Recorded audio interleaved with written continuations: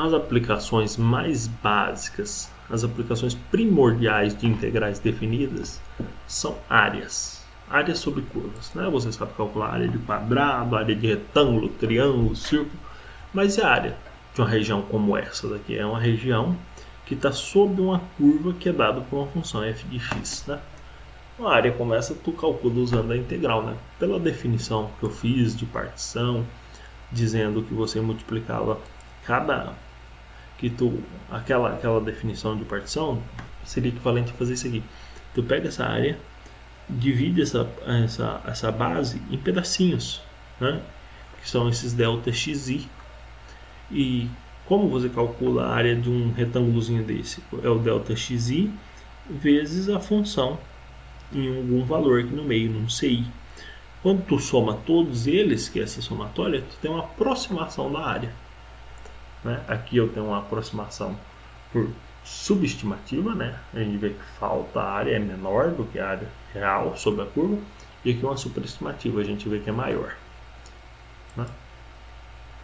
Aqui, de um zoom aqui para você enxergar.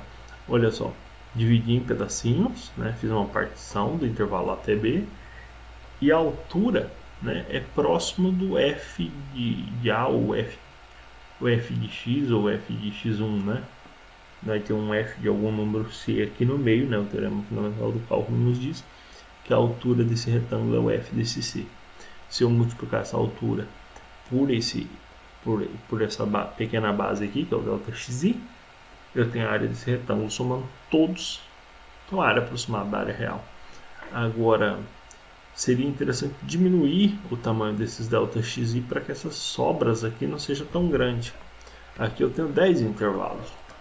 Veja aqui em verde com 30 intervalos. A gente vê que as sobrinhas em verde são menores do que aquelas sobras em marrom lá atrás, né? Então, quando eu diminuo o tamanho desses intervalos, aumentando o número de intervalos, eu diminuo a sobra, a minha aproximação fica melhor. 30, vamos para 100 intervalinhos. Você percebe agora que as sobras são menores ainda, a minha área está mais próxima, e para 1000, olha só, parece que é a área real.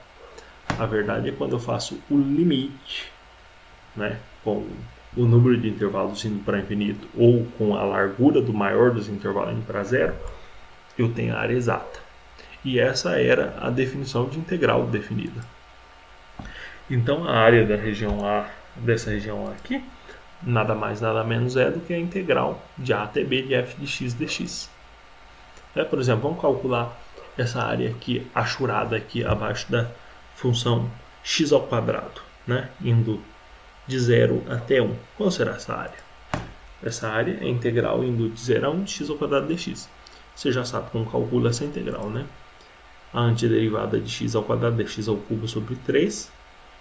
E aqui isso vai de 0 a 1 pelo teorema fundamental do cálculo. Isso vai te dar 1/3, né? Então essa área é 1/3. 1/3 o quê? Unidade de medida, né? Se isso aqui fosse 1 metro daqui até aqui, seria 0,333 metros, né? E assim tu calcula a área. Só que quando tu for falar em área, tem que tomar alguns cuidados. Isso é válido se essa f for maior que 0. Eu estava falando até aqui para f maior que 0. Porque se a f for menor que 0, ela vai estar aqui do lado de baixo do eixo. E vai te retornar um número negativo. Porque quando tu calcular f de alguma função em algum ponto, te dá números negativos. Existe área negativa? Não existe. Então, se tu sabe que a tua área está abaixo do eixo x, coloca um sinal de menos antes da integral e tu vai resolver teu problema. Mas pode ser que a minha área ora está abaixo, ora está acima, né? Aí tu pode calcular a integral daqui até aqui, como a função é positiva, aqui também. Aqui é negativa, tu usa o sinal de menos e soma as 3.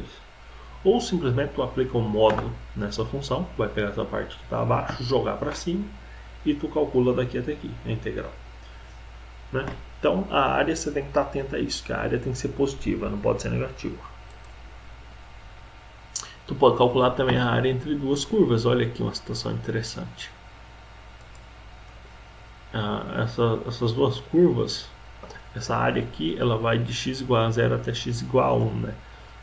As curvas x ao quadrado e raiz de x se encontram aqui quando x é igual a 1 e quando x é igual a 0. Por isso o intervalo é de 0 a 1. E aqui dentro, a minha área achurada vai dessa função até essa. No caso, vai da função x ao quadrado até a função raiz de x. Por isso, ficou dessa forma, raiz de x menos x ao quadrado dx. Isso aqui é simples. Isso aqui você pode escrever como x elevado a meio menos x ao quadrado. Tu já sabe integrar essas duas coisas aqui, fazer a antiderivada e aplicar o teorema fundamental do cálculo. Tu vai chegar que essa área aqui é 1/3 também. Bacana, né?